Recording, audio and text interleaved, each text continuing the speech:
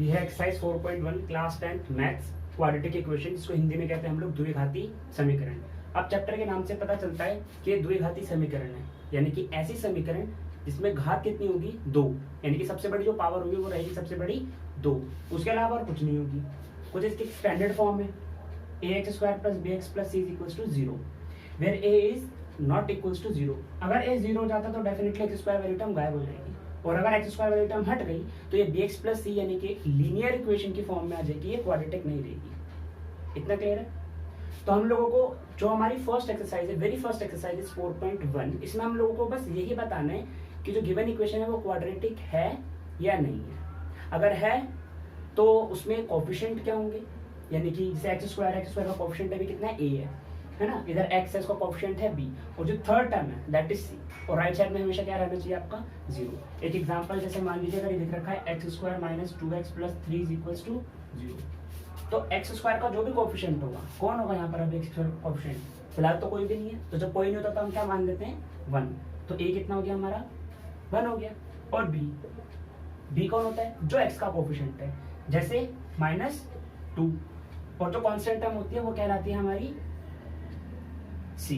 Right side में हमेशा 0 रहेगा।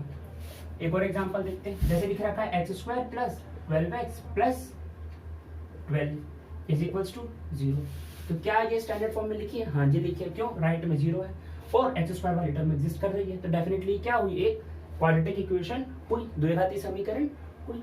तो जो हमारी फर्स्ट एक्सरसाइज है उसके जो पहले के क्वेश्चन है, फर्स्ट क्वेश्चन की जो फर्स्ट पार्ट है उसमें ये लिख रखा है, जैसे पहला है हमारा x + 1 होल स्क्वायर = 2 × x - 3।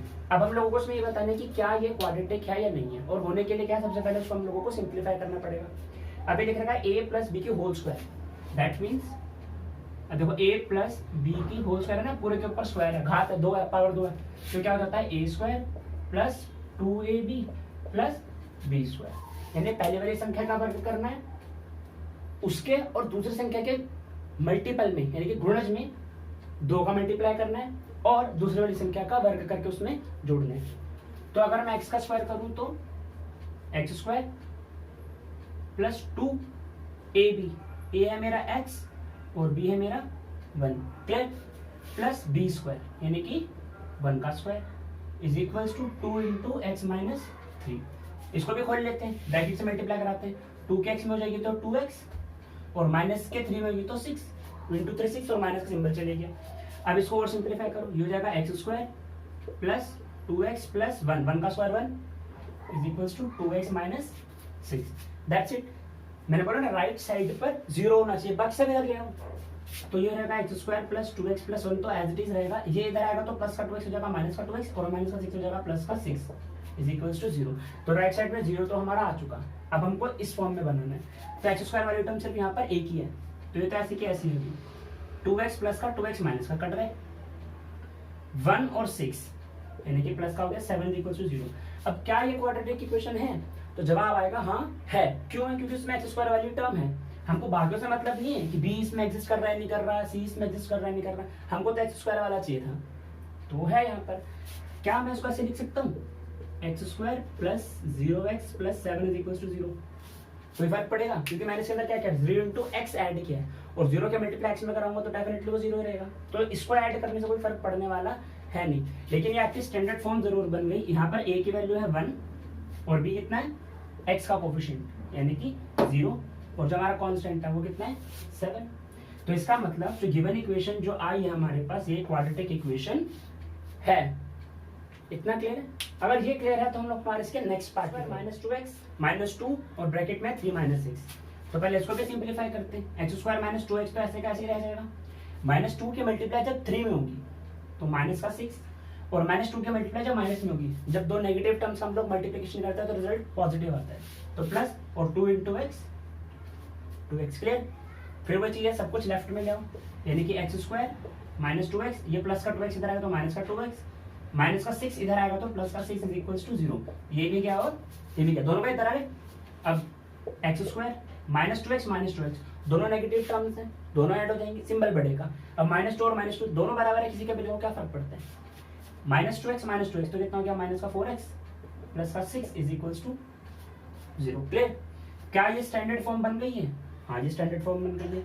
इसमें ए की वैल्यू क्या है?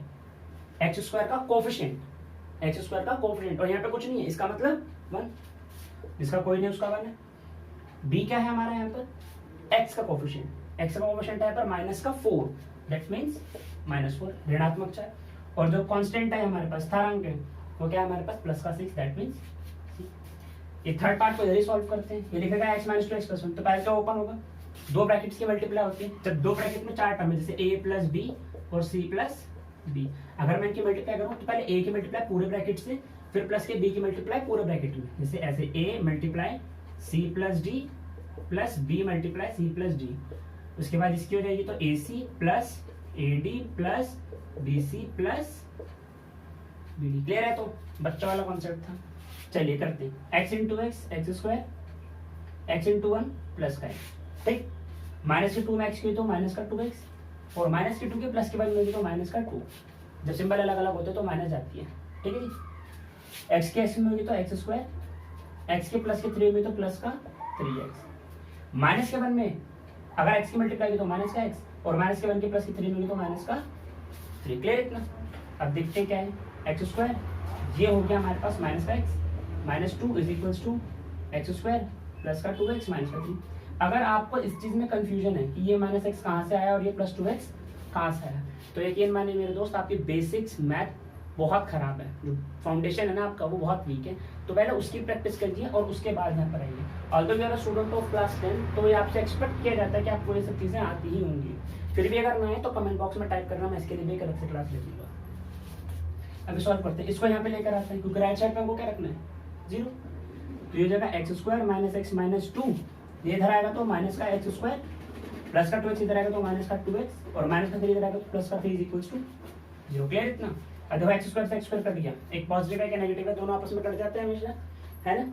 ये माइनस का x और ये माइनस का 2x, तो माइनस का 3x हो गया, माइनस का 2 और प्लस का 3, -2 प्लस अलग अलग है तो माइनस हो गया, और सिंबल बढ़ेगा तो 3 बढ़ा है तो इसका सिंबल लगेगा यानी कि प्लस, और 3 में से लोगे तो 1 = 0। अब मैं पूछता हूँ क्या ये क्वाड्रेटिक इक्वेशन है, तो जवाब आएगा नहीं। क्यों? इसमें x² वाली तो टर्म ही नहीं है, अगर x² होता तो हो जाता। हम इसमें x² ऐसे ऐड कर सकते हैं, देखो 0 × x² - 3x + 1 = 0। अब तुम बोलोगे सर आ तो रही x² वाली टर्म, लेकिन इसकी स्टैंडर्ड फॉर्म भी नोटिस करो, वो कहती है ax² + bx + c = 0, way a is not equals to 0, a 0 नहीं होना चाहिए, कुछ भी हो, नेगेटिव भी हो जाएगा चलेगा, लेकिन 0 नहीं होना चाहिए। और आपको तो देखो क्या आ रहा है, 0 आ रहा है ना, तो 0 नहीं होना चाहिए, 0 नहीं होना चाहिए। आई होप यहाँ तक आपको समझ में आएगा। इसके आगे के क्वेश्चन हम लोग फर्दर